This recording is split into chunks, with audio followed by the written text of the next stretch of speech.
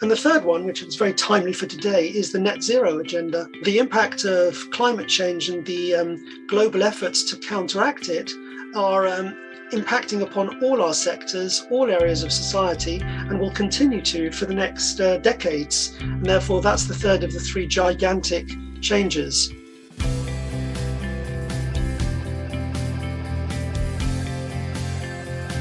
Hello everyone, and welcome to the Student Lawyer podcast series. Whether you're at school, sixth form, university, thinking about a career in law, or exploring law careers, you're in the right place. We are the one-stop shop for student lawyers. If you'd like to join the Student Lawyer as a writer, please email hello@thestudentlawyer.com. This episode is sponsored by the University of Law. What really sets the University of Law apart from other universities is its belief that its students should learn in a realistic, professional, and contemporary context. They focus exclusively on practice-based training and give students access to their extensive career service and jobs vacancy database as soon as they accept a place with them.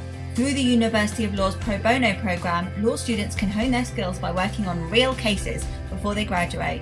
The University of Law offers a range of postgraduate legal training and master's degrees designed by qualified experts to help students advance at any stage of their career. Their courses are employment-focused, honing key skills in a teaching environment based on real legal practice. Part-time and online study options are also available on many of their courses to help students work and study at the same time. To find out more about the courses on offer, click the link in the description box of the podcast. Hello everybody, welcome to this episode of The Student Lawyer. My name is Stephanie and I am today's host. With us today is Andrew White. Andrew has been a partner for 20 years at the international commercial and technology firm Bird & Bird. After working for many years in commercial IP and IT law, he now has a full-time role leading Bird & Bird's workshops and seminars for the firm's major clients. Andrew has led over 750 client events to date for many thousands from all over the world, and has received a commendation for the project in the Financial Times' prestigious Innovative Lawyer Awards. During the episode, Andrew and I will be discussing his career journey and why he chose to be involved in his current, quite unusual role. He'll highlight commercial issues which are affecting Bird & Bird's clients and the issues aspiring lawyers should keep up to date with. Based on his experience mentoring over 100 Bird & Bird trainees for many years, Andrew will suggest 5 qualities of a successful trainee. And he'll also share his advice on delivering engaging legal presentations and how people can overcome their fear of public speaking. Thank you so much for joining us, Andrew. I am so delighted to have you on the show. And as our listeners will have just heard, we have got a lot to catch up on, I think. So it's a pleasure to be with you, Stephanie, and a pleasure to join your listeners. Thank you very much. So I'm going to get stuck into the questions because Sure. We have a lot to get through. So my first question is, can you please tell us why the legal industry was particularly appealing to you when choosing your profession and the reasons for becoming a commercial lawyer? Sure. That's a great question to start. I experienced a zigzag sort of journey, a love-hate relationship with the law. And there were various points where I thought there is no way I'm going to be what I am now. I think there were 3 influences which led me towards law. Firstly, I do have a commitment to justice, and it comes partly from my background and tradition within the Orthodox Jewish community, where principles of justice are extremely important. And I felt that through pursuing law, I could express my commitment to justice. Secondly, my teachers said, and I often didn't believe this, but they said it was true, that I had quite a clear and logical mind, and therefore I would be able to apply that attribute in law. And also, I was useless at business. I did one of those vocational studies tests when I was 17, and I got the lowest possible score for business. It was like 2%. So that ruled out a whole field of activity for me. But law seemed to be something that I was fairly adept at. And thirdly, and most importantly, I guess, I've been fascinated with technology and with innovation since I was a kid. I didn't have much of a scientific head. I couldn't understand the detailed operation, but I was fascinated by how life sciences and software and other technologies were changing the world. And I felt that if I focused on law and its interplay with technology, that would be a very interesting area. So really from the start, I aimed to give myself a broad commercial and corporate training, but with intellectual property and IT in the back of my mind always. And in due course, after I qualified, which was at Herbert Smith, I moved to Bird & Bird, which even at that stage, 30 years ago, had a very strong reputation within IP and IT. That's very interesting. I think it's fantastic how you had such an interest in IP those many years ago, and you must have seen it really grow in these past 30 years. Yeah, when I started, IP was a niche subject. There were some barristers and a few solicitors firms that knew about IP, but it was considered quite a mystified topic. A lot of that mystique has reduced. There is still some mystique around IP, but basically it's become mainstream because in the digital economy and in the knowledge economy, IP is the fundamental asset which creates value and business activity. So yes, the world of IP has changed tremendously, but the challenges and the opportunities within the field of commercial IP and commercial IT are as great as they've ever been. So how did you become very aware of IP? Was it reading a lot? How did you really understand that, I can combine this interest with my interest in law? Yeah, it was a young barrister who I sat down and had coffee with one day, and I was talking through with him what direction I should take. And he highlighted this emerging field called IP law, which I confess I'd never heard of before. I went out and bought myself a cheap paperback book by a scholar called Jeremy Phillips, and that was called Introduction to IP. And from that moment, I never looked back. Jeremy, as it so happens, is a good friend today. And I think he's also been instrumental in setting up this extraordinary blog called IP Cat, which is now the go-to blog for IP enthusiasts around the world. But at any rate, it was that book that kindled my interest. And I, as I say, from that moment on, I decided to pursue the IP route. But, and this is an important point, I didn't want to get narrow too quickly. So I wanted to find out about the world of corporate and finance and real estate and litigation. And I had tremendous training experience at Herbert Smith in all of those areas before moving into IP. Wow, it sounds like a really interesting and fascinating journey that you've had to get where you are today. And I will check out that blog as well. So what is your main area of focus and what does your role involve? Yeah, I mean, the journey that I've just highlighted is the journey to my newly qualified position. I've had a journey which has carried on for 30 years since then. You see, I started at Bird & Bird as a newly qualified, working in advisory and commercial IP and IT work.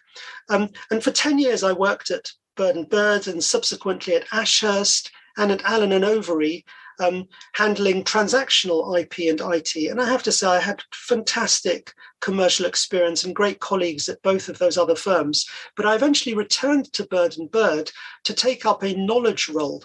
And the reason I took up the role as the first head of know-how for Bird & Bird was because I wanted to find a different route and a different direction within the profession. I felt that clients and colleagues had an appetite for doing law a little bit different, and in particular for sharing knowledge in an empowering sort of way. And so I set up a knowledge project at Bird & Bird, with which we could engage with our clients through training and written documentation and tools. And it would also be capable of energizing colleagues within Bird & Bird at the same time. And I decided to focus on contract law and contract as it applies to IP and IT. In my final few years of traditional fee earning, I'd seen a lot of what we call reinventing of the wheel going on among our clients, where they would repeatedly ask the same sorts of questions about contractual issues, like under this collaboration agreement, what liabilities can we exclude? What does termination involve? What does it involve to commit to best endeavors to deliver some software by a certain date? And I set up a contract know-how service in order to answer those questions in a sort of streamlined and efficient way. And then on the top of that, turned it into a client training project. So basically, 20 years ago, I moved from traditional fee earning into client education and client knowledge. And that's been my role since. The 750 events have been over the last 15 years, and they've been a blend of one-to-one events with major clients, both in the UK and very international, sector events for sectors like sports, entertainment and media, and aviation, life sciences, energy and environment, and tech and comms, and finance. And also I'm now a fellow of the Side Business School in Oxford. And through that platform, I engage with international business executives on contracting. And I use Bird & Bird know-how and tools in order to help to educate the participants in that business school course. So I that's an overview of the role, and it's really quite a different role from how I started out, but I'm very grateful to Bird & Bird for giving me the opportunity to pursue this role. And I have to say that I'm as busy and as I've ever been, and find it extremely rewarding and stimulating.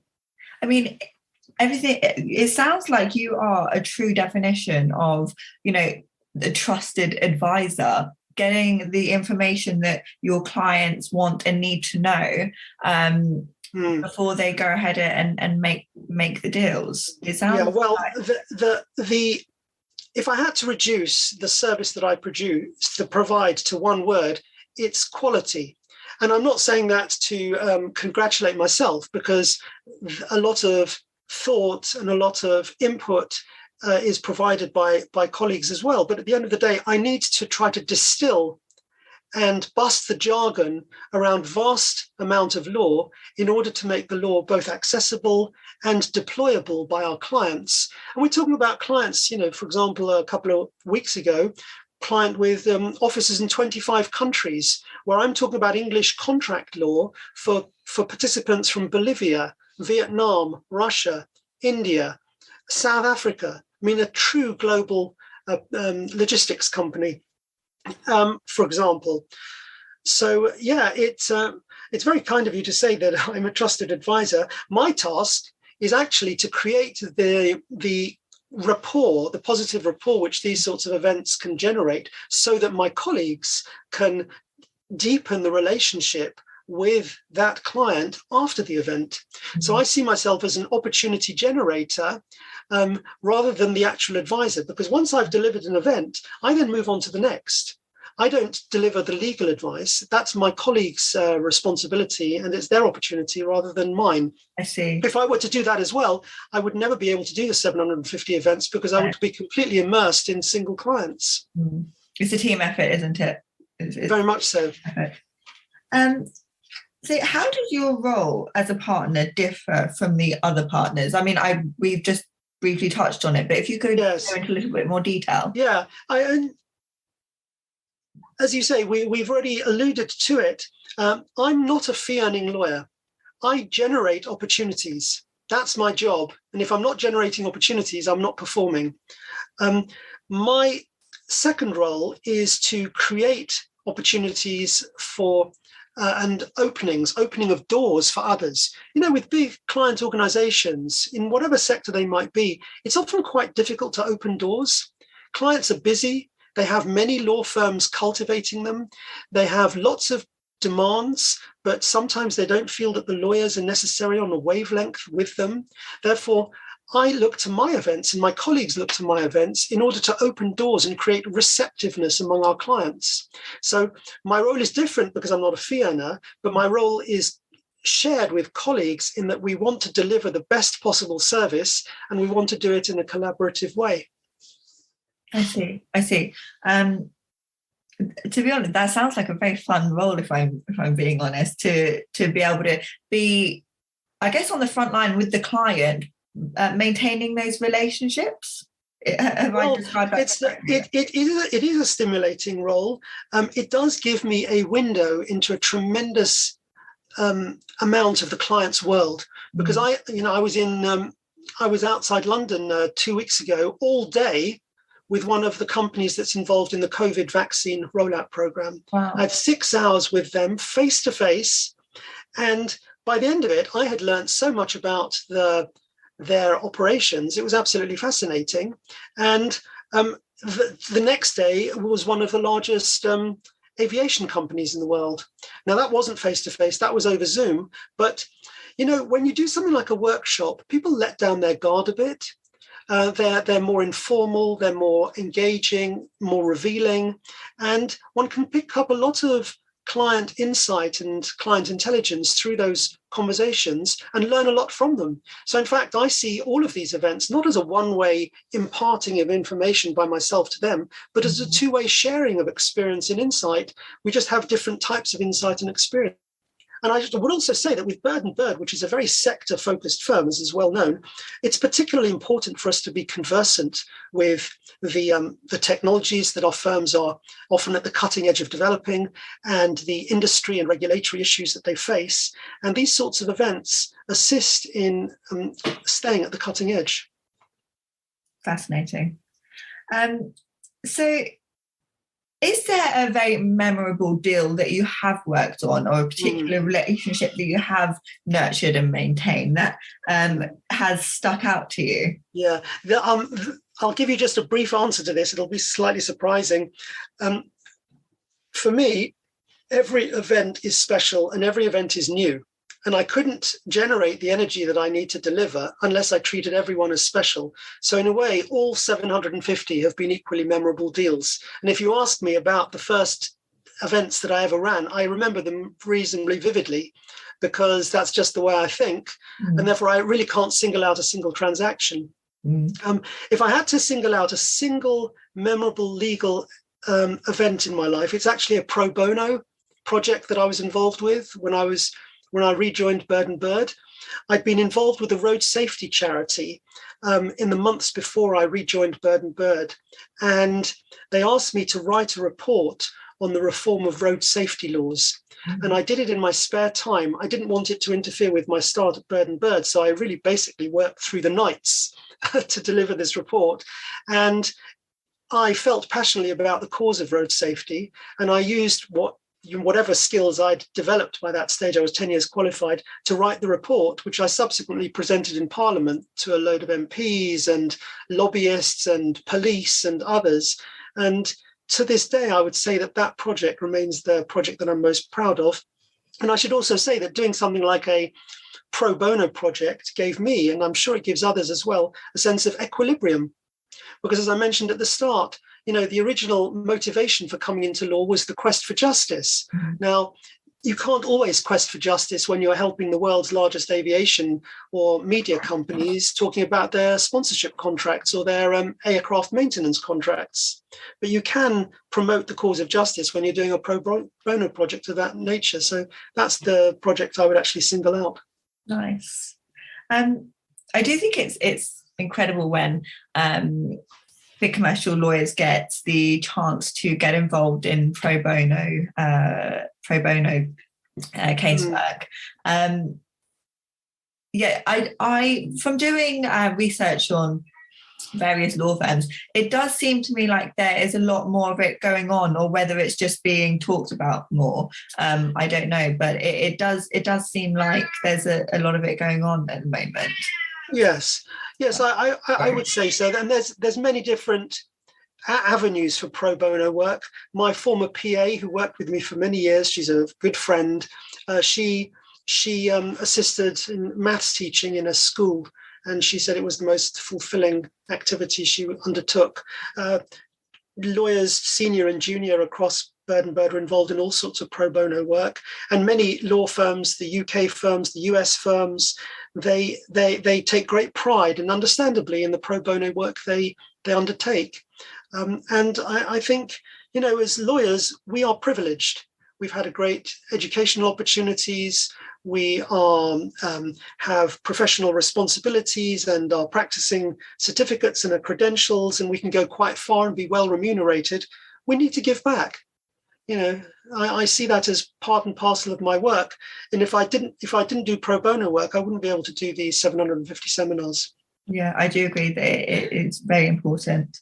So moving on to my next question, which commercial issues are currently affecting your clients, and how are they being affected? Yeah, Stephanie, this is a massive question, and I'm going to give it to you in very distilled form. 3 issues stand out. One is recovery from COVID and the impact of COVID socially, in terms of health, in terms of education, finance, government intervention, and innovation and collaboration. That's massive, the impact of COVID and its aftermath. The second huge issue is digitalization, which has been going on for 25 or 30 years, but has been accelerated as a result of COVID.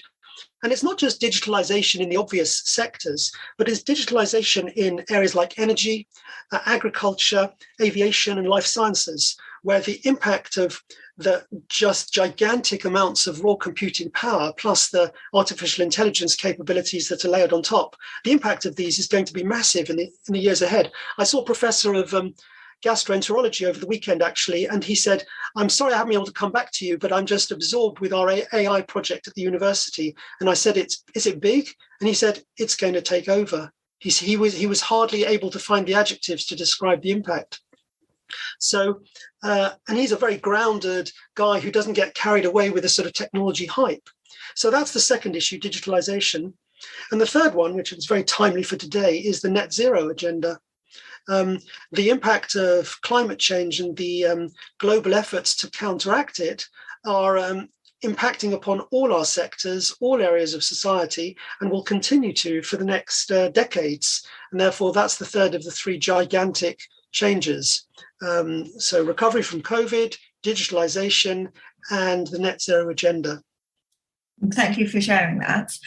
So I have a second part to that question. Sure. Are these issues key for aspiring Bird and Bird trainees to keep up to date with? And if so, how can they analyse these kind of issues with their lawyer's hats on? Right. Well, there's 2 parts to that. Analyse the issues. Read the FT. Read The Economist. There's a magazine that I get, which is very good, called the MIT Technology Review. It's from MIT, the leading university in the States. A fantastic magazine, both online and hard copy. So people have different interests and passions and different ways of following the developments. One needs to be generally conversant with the business news, but also the social implications of all of these developments, because these aren't just business stories, of course. When it comes to analysing with a lawyer's hat on, I can only really speak from my own personal experience, and other lawyers might differ. But I would actually try not to focus too much on the legal dimensions of a particular sector, particularly in your early years. I would focus on being a great lawyer. And if you focus on being a great lawyer with the right tools and skills, and side by side with that, you are following your field of interest, the 2 will naturally converge. And you'll be able to bring your legal skills to bear on the net zero agenda or on digitalization. But I've observed over many, many years that many of our best sector lawyers are the best lawyers. They're the ones who, if you gave them any legal problem or asked for any sort of legal solution, they'd find you a good legal solution, even if it was in a completely different area, because it's the way they think. And I think we can't overestimate the value of traits like objectivity, clear thinking, integrity, quality of analysis, as traits which you can develop as a lawyer, and then you can bring those to bear in any of the sectors. And certainly in areas like digitalization or AI, we need objectivity. We need ability to see issues dispassionately. We need ethics. We need values. Every bit as much as we do line-to-line knowledge of the latest European Union guidance on rollout of AI. So I would say follow your sectors, keep passionate, but concentrate on being a great lawyer, and then two will naturally come together as you develop. Before we get into the second half of the episode, I'd like to take this opportunity to talk about the sponsors of today's show and the law school that I chose to study my LPC at, and that's the University of Law. The University of Law believes in training students for the real world from the moment they accept a place. Their experienced career service and award-winning pro bono clinics offer students the chance to get real-life experience from the start. They offer a range of postgraduate legal training and master's degrees designed by qualified experts to help students advance at any stage of their career. Their courses are employment-focused, honing key skills in a teaching environment based on real legal practice. Part-time and online study options are also available on many of their courses to help students work and study at the same time. To find out more about the courses on offer, click the link in the description box of the podcast. I think that's fantastic advice. Thank you. Thank you ever so much for sharing that. So that again links on to my next question. What makes a great trainee and newly qualified solicitor? I mean, I appreciate that you have just kind of explained, but if you could maybe, go into a little bit more detail. Yeah, look, Stephanie, you won't be surprised by this, but I've actually got an acronym to answer this, because I'd like to give you five attributes. Again, this is just my personal view. I have mentored and worked with over 100 trainees, and they have contributed background know-how and research in many of the seminars that I've led. And I reduce it down to 5 qualities, and the acronym is REACH, REACH. R stands for reliability. First quality of a trainee, as far as I'm concerned, is being dependable, being reliable. I often ask myself, if I was in a really tough spot with a top client, having to prepare at notice, what sort of trainee would I like by my side, and he or she could give me the help that I need and deliver what I need. And that's reliability, and that gives more senior people tremendous comfort and support. The second attribute, E, is energy. Have positive energy. Remember that you convey your personality through how you are, as well as what you say and what you think. And many of my colleagues and myself, you can pick up quite quickly the energized people with a positive vibe around them, and it does make a big difference. The second part to energy actually is learning. I think it's very important for trainees to have an appetite for learning, to be curious, and to admit their fallibility and that they don't know. And in fact, I think that all lawyers should be doing this. I think senior partners should be admitting their fallibility in areas they don't know. But I think the more energy you can put into learning, the better a trainee you'll be. The third letter is A, attention to detail. Now, this is a cliche for lawyers, senior and junior, but it is very important to have attention to detail. Detail in the legal research you do, the legal work you carry out, the communication with clients. But it is also attention to how other people function. Notice how other people, people with great amount of experience communicate, how they analyze an issue and observe, have powers of observation and observe the detail. There's a cliche that the devil is in the detail, but actually within law, the quality is in the detail. And therefore, one needs to have a sense of attention to detail. You can be a big picture person, but start by training yourself in attention to detail. I must say, I wasn't very good at this in the past. And this was one of the main reasons I thought I wouldn't be able to become a lawyer, because I was thinking about the big picture so often that I couldn't concentrate. So I trained myself in how to concentrate. And over the course of years, I've managed, partly by the use of a yellow highlighter pen, to actually develop sort of sufficient attention to detail. By the way, this wasn't some prearranged prop. It just happens to be by my desk, so I've just picked it up. But I didn't sort of plan for picking up a yellow highlighter. I think that everybody's got one of those yellow highlighters. I know. Well, funny enough, I'm about to tell you a quick story about that, because the fourth trait is consideration. Oh, well, there we go. consideration is the C out of reach. In everything you do as a trainee, think about the recipient, whether it's a client, whether it's a colleague, whether it's a junior or senior person within the organization. What are their circumstances? What do they need to know? In what form do they need to know it? By when? And in particular, if you, for example, have a struggle to meet a deadline, communicate with them and explain to them your circumstances. Don't take them by surprise. The other aspect to consideration is that it's often the small personal touches that make the biggest difference to clients. At the event I was at recently, which I mentioned earlier, I thought to myself, we're going to have delegates on a face-to-face event for most of the day. We're taking delegate packs. How about I take some yellow highlighters with, so that in addition to their pens, they can have yellow highlighters to mark up the packs. We happen to have a load of yellow highlighters lying around in the office, so I took a bundle of them. I can't tell you how successful it was, just simply providing these yellow highlighters for all the delegates. We had people, high-fiving, wow, I've got the yellow highlighter, it'll make a difference to the seminar. So that's consideration. It's simple human touches. And then lastly, the H is actually human touch. As a trainee, bring of your own personality, your humor, your interests, your passions, bring it to the workplace. You don't absorb yourself in work.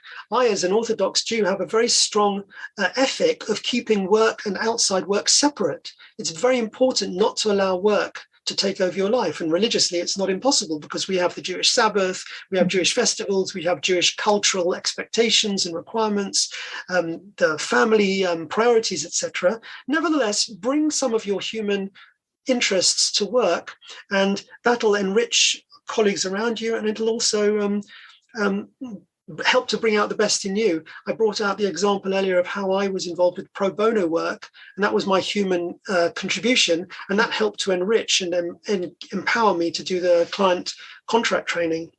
So that's the acronym REACH: reliability, energy, attention to detail, consideration, and human touch. Fantastic. I am inspired by that. Oh, really? Well, now I'm going to take, it's things that you do kind of know. I mean, saying that, I don't think you can assume that everybody knows what qualities, solicitors need to bring to the table. I mean, it's exactly why we're having this conversation now. But I think that by having an acronym like that, it is just so helpful, and just so helpful to make you or help you just remember these things. I mean, by having a discussion about, a trainee solicitor needs energy, attention to detail, consideration, it's just so much easier to have this kind of checklist that you've made to help trainees. So I think that's very helpful. No, well, I mean, look, any idea that you can't reduce to an acronym isn't an idea nowadays, is it? So I thought REACH would be helpful. But as I said when I introduced the concept, this is just my personal view. And if you speak to others, you might get issues like commerciality, which are of course important, international vision. I'll come to those later if we have time. But that's just the 5 that I've chosen. I mean, you could tie those commerciality aspects into consideration, thinking, what does your client need? And your client needs you to be very commercially aware. Yes. Yeah, I mean, from what I said earlier, it almost goes without saying that you need commerciality. I mean, if you're not interested in the world of business and you're not interested in, the field of bird and bird in the world of innovation, then you're not going to be energetic. You're not going to give attention to detail because your heart's not in it. And if your heart's not in it, then you're facing an obstacle straight away. So the commerciality didn't make it into my REACH because it almost is the prerequisite for all of these. I agree. Thank you for that. So moving now into the part of the interview where we're going to talk about your presentation and seminar focus. So my first question in relation to the presentations is, what does it mean to build knowledge-based client relationships? How do you do it so well? And have your clients' needs changed over the past 10 years or so? I'll leave it at that for now. Right. Well, on knowledge-based client relationships, that's quite a fancy expression. I use it myself, and Others use the same expression.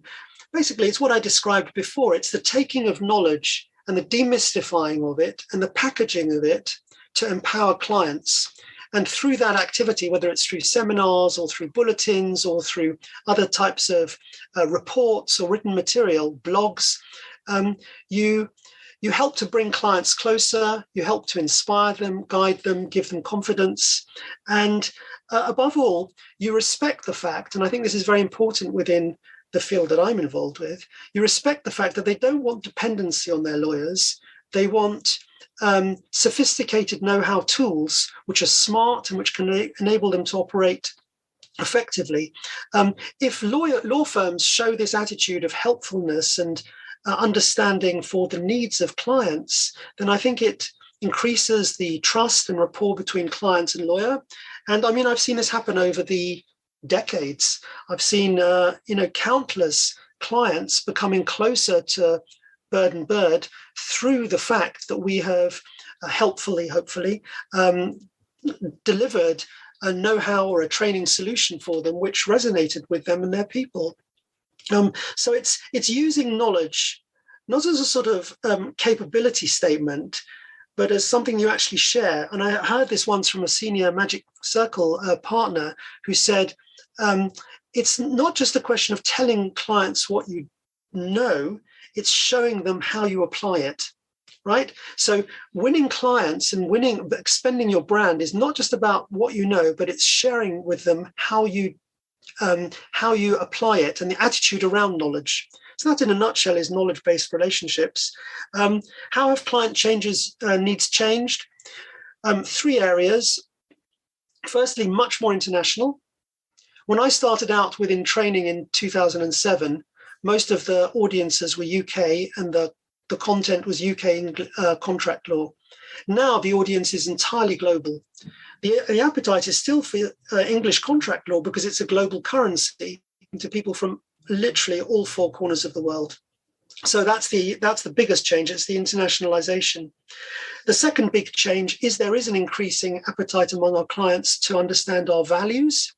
What does Bird & Bird's purpose entail? How do we pursue the sorts of values that they care about? Whether it's a financial institution with its microfinance projects, or it is software companies educating large amounts of children in rural areas of Africa in IT, or innumerable other social projects. What are our values and how well attuned are we to theirs?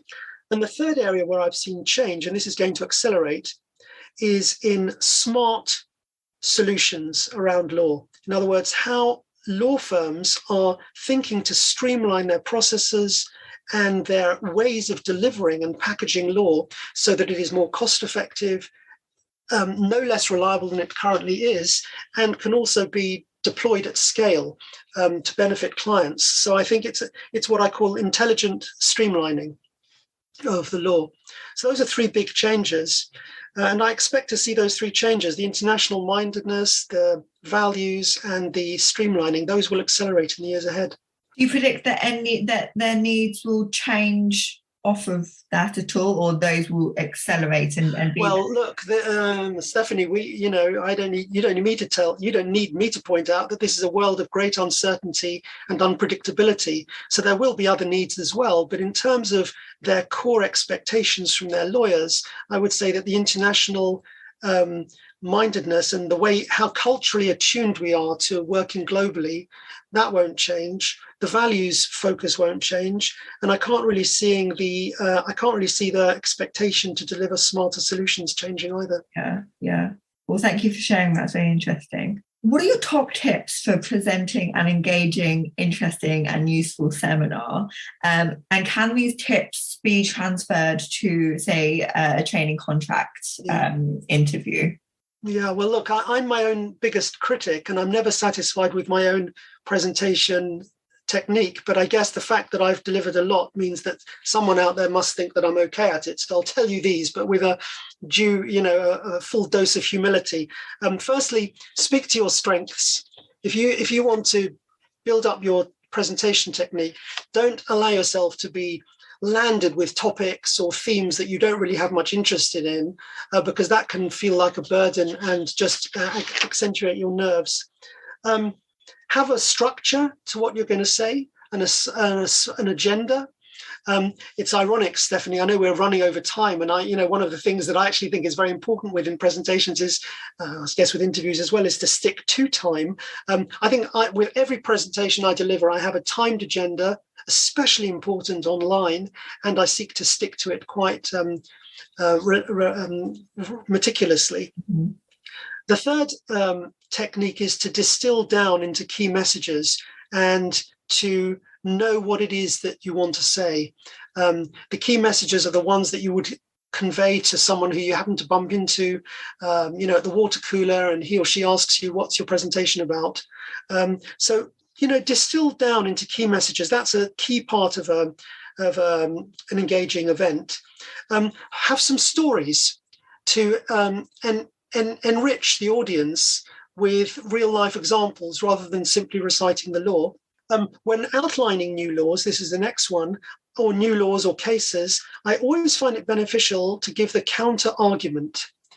People, I think, remember things better when they've heard the opposite case.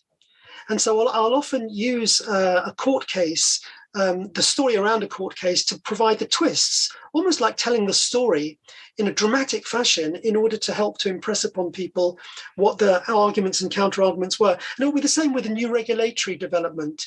If a new privacy or intellectual property regulation is coming through, what are the arguments against the measure as much as what are the arguments for? Draw out the wisdom of the audience. One can do that with a variety of means of interaction. And then lastly, bring some humor and some irreverence into the session. I always do that. I mean, it's really rather sad to admit it, but I even have this file called Humor, and it's got a series of stories, bloopers, which are the accidental faux pas which happen in court cases. And sometimes at the end of a very intensive seminar, we'll share some humor just to sort of relax, because we've all been through a very intense intellectual experience. We all just need to have a bit of a laugh. I think that's fantastic. We had the bloopers, like the witness that's asked, what's your date of birth? And he says 27th of July. And the advocate asks, what year? And he just says, every year. There's loads of bloopers like that. It's just funny. It's funny to just share them. That's a good one. Just going back to one of your points, the counter arguments. Yeah.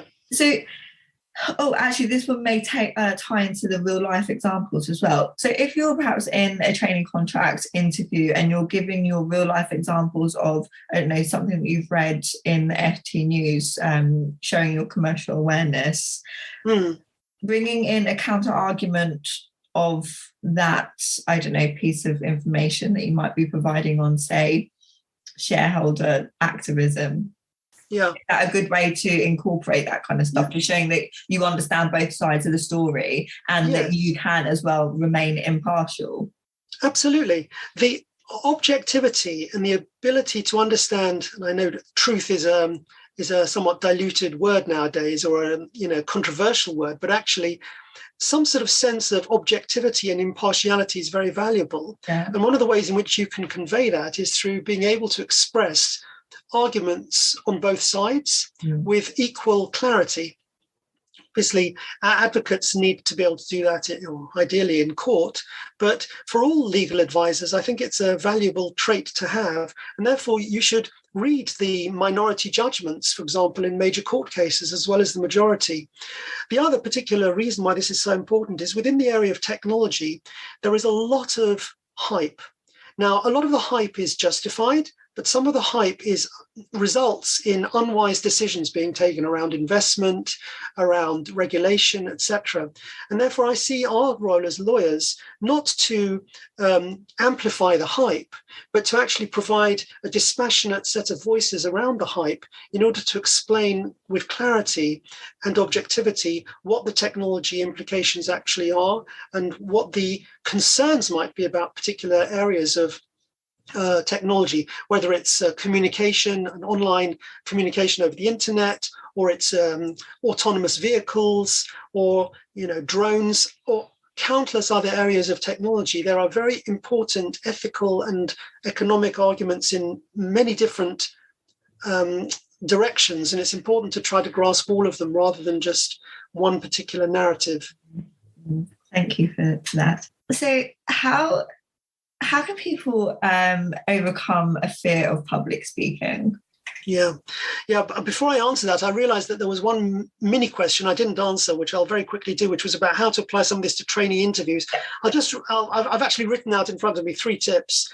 Have a structure, have some key messages, and convey energy and passion within your interviews. So that's structure, messages, and passion. Thank you for that. As far as overcoming fear of public speaking is concerned, again, I've written out a set of tips here, and there's a few of them. Firstly, I would recommend start small.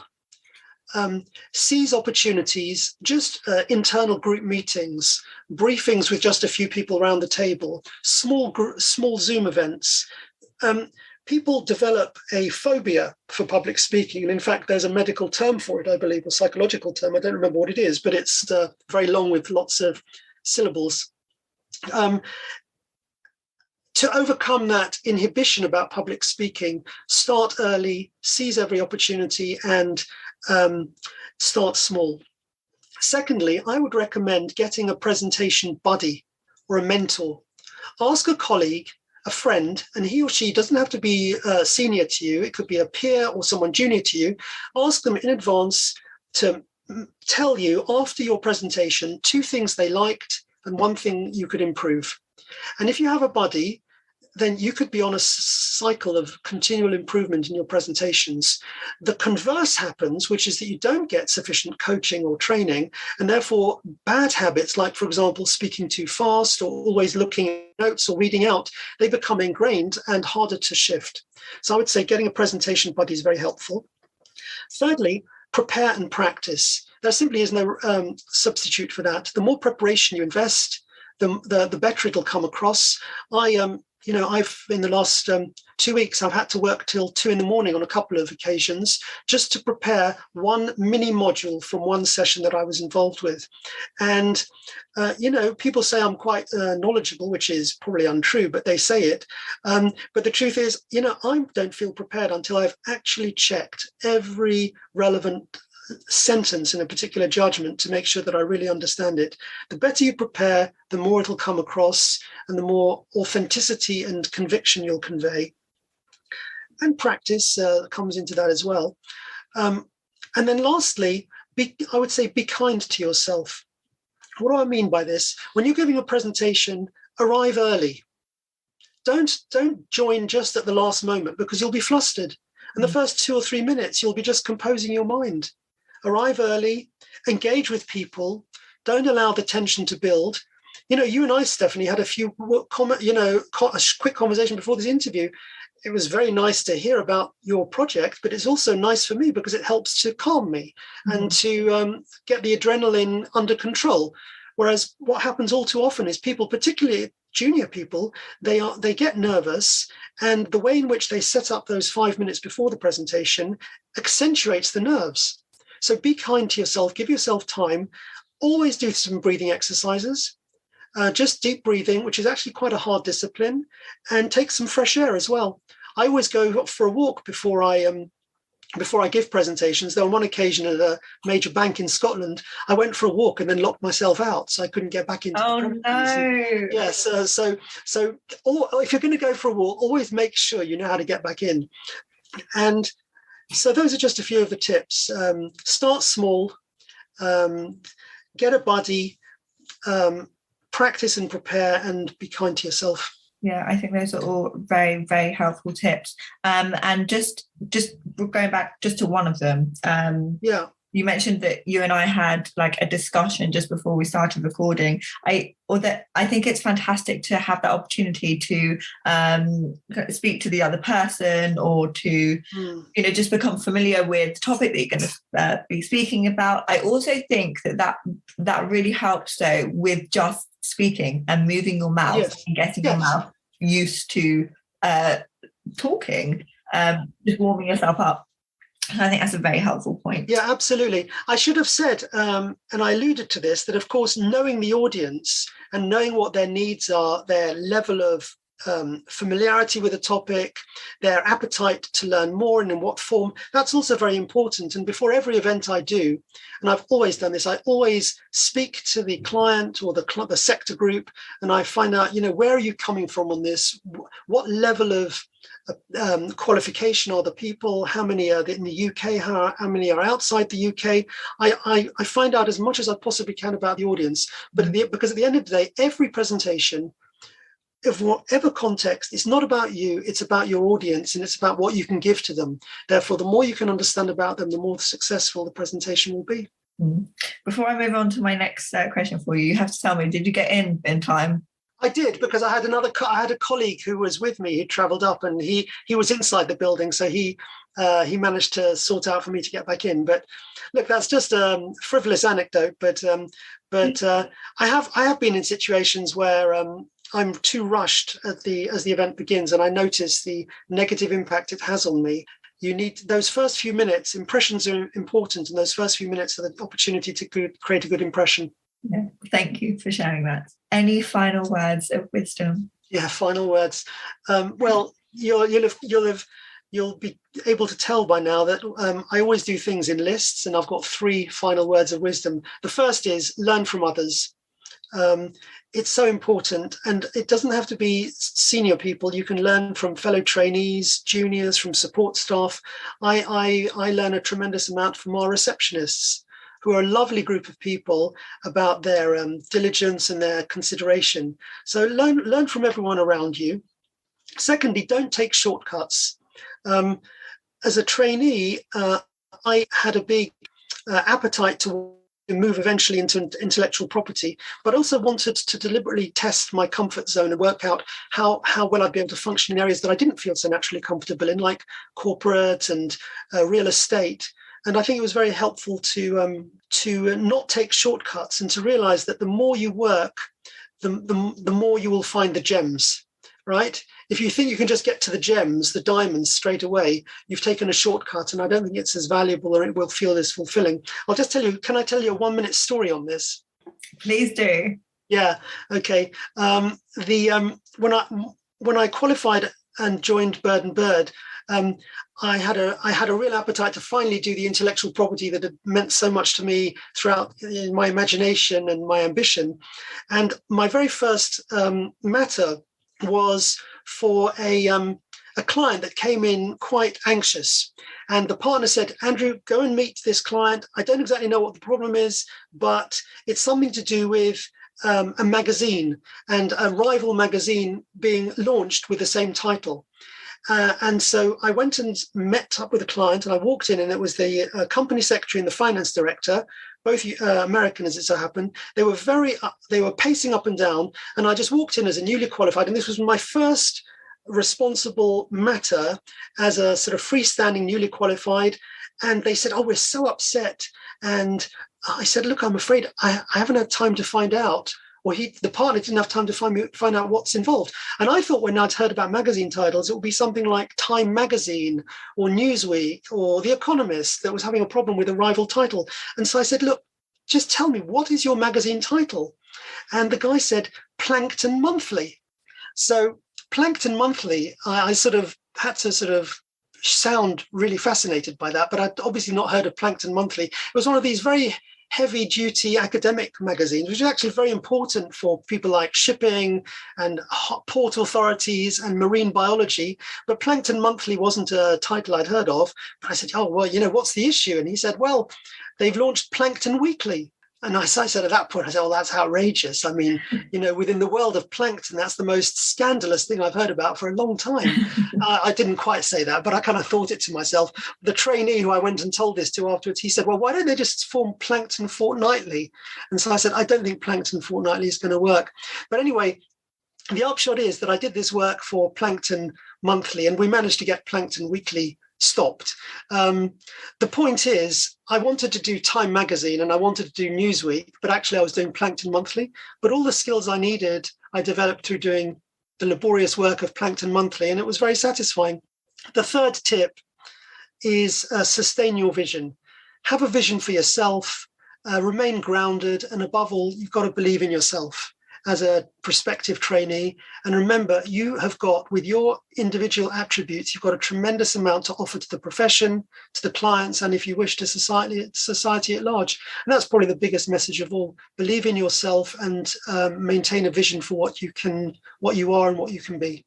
Andrew, thank you so much for joining us on the show. You have provided the most incredible advice, and I've really enjoyed chatting with you. So I just want to say thank you for that. And I hope that you will maybe come back and join us on the show another time soon, because, I could ask you another 10 or 20 more questions. Thank you, honestly. Well, no, it's a pleasure. Thank you for being such a receptive interviewer, and I wish everyone listening well with their future plans and realising their ambitions and their visions. Thank you very much, and thank you everybody for tuning in, and look forward to seeing you all next time. Thank you. Bye-bye.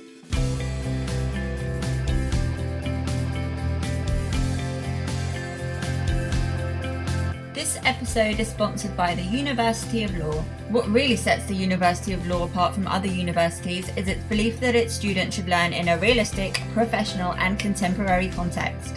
They focus exclusively on practice-based training and give students access to their extensive career service and jobs vacancy database as soon as they accept a place. Through the University of Law's Pro Bono program, law students can hone their skills by working on real cases before they graduate. The University of Law offers a range of postgraduate legal training and master's degrees designed by qualified experts to help students advance at any stage of their career. Their courses are employment focused, honing key skills in a teaching environment based on real legal practice. Part-time and online study options are also available on many of their courses to help students work and study at the same time. The University of Law will help you reach your ambitions by delivering an outstanding academic and employment-focused experience, honing key skills in a teaching environment based on real legal practice. As soon as you begin your studies with ULaw, you'll learn how to think and act like a lawyer. Whether your aspirations are in law or other fields, their courses will balance academic rigour and practical skills so your career starts from day one. To find out more about the courses they have on offer, just click the link in the description box of the podcast. To hear more of the Student Lawyers podcast, hit the subscribe button and leave us a star rating and review. If you would like to join the Student Lawyer as a writer, please email hello@thestudentlawyer.com.